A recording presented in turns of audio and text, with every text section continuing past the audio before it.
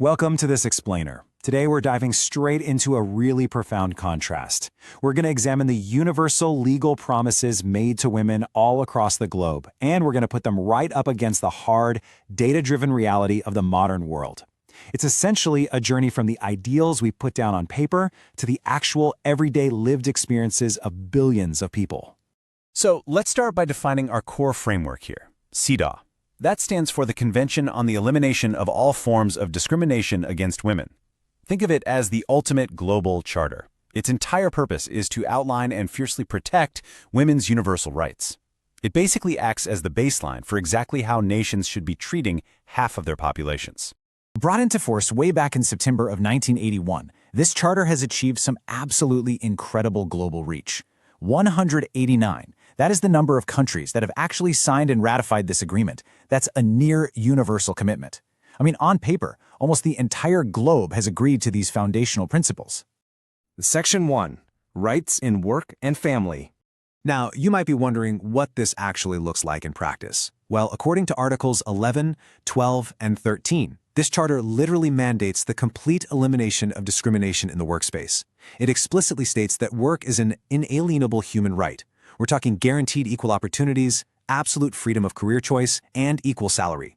It even protects women from being dismissed due to maternal health and ensures they have access to Social Security and bank loans. It is, for all intents and purposes, a comprehensive blueprint for total economic independence. But the Charter doesn't just stop at the office door. It protects women in private, familial affairs just as fiercely as it does in public. Enter Article 16. This shifts the focus directly into the household. It ensures free and full consent when entering a marriage, dictates equal rights as parents, and, this is huge, grants the exact same rights as men regarding the ownership, management, and disposition of property. The legislation is designed to give women a definitive, undeniable say in both their marital and economic lives. Moving on to Section 2, the economic reality.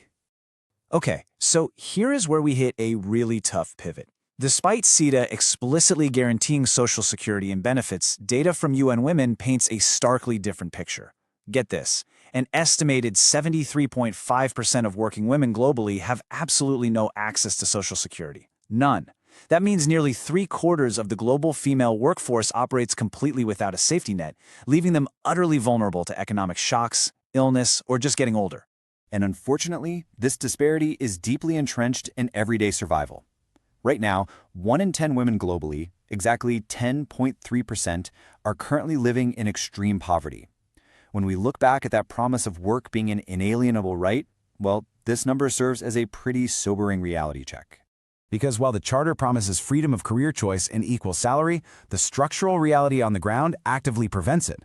Over 2.7 billion women face legal job restrictions. Just pause and think about the sheer scale of that for a second.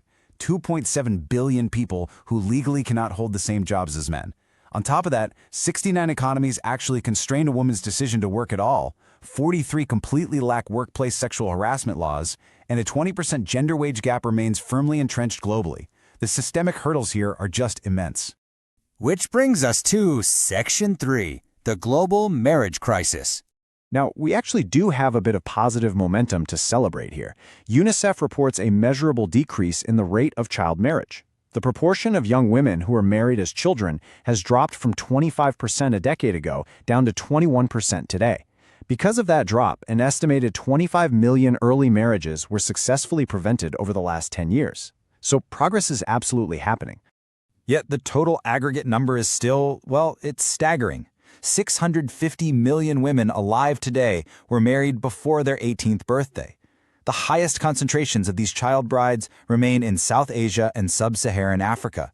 The sheer volume of women affected by this reveals just how much vital, on-the-ground work remains to fulfill the promises of Article 16. The global community is fully aware of this gap too. The Sustainable Development Goals explicitly call for the total elimination of child marriages. But to actually meet this goal by the year 2030, the data tells us that a massive 23% decrease in early marriages is strictly required. But here's the kicker. Considering we've only seen a 1.9% decrease over the past 10 years, we are left staring down a really urgent challenge. If we need a 23% decrease by 2030, how do we take those 189 global signatures and actually close the gap between the CEDAW promise and modern reality? It all starts with accountability. So where does your country stand on these statistics today? The answer might surprise you, and it's an answer that will dictate the rights of billions in the decades to come.